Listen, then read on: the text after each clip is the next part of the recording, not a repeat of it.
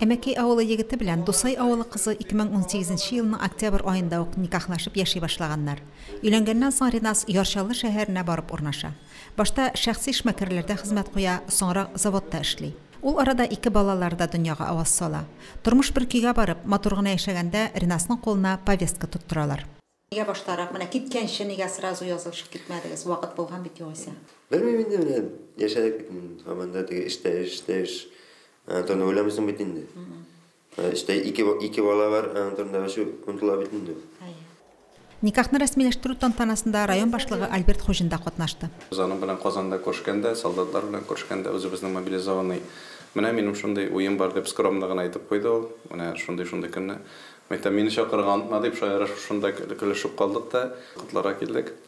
Sağlık selametlік тілейбіз балаларына, мына енді лентәдә булып, исән сау әйләнеп кайтырга телибез инде. Бүген инде бу мына гомерлеккә истәлек булып, матур булып калырдай бер шундый көн булсын дип, истә калсын дип теләгебез дә инде без.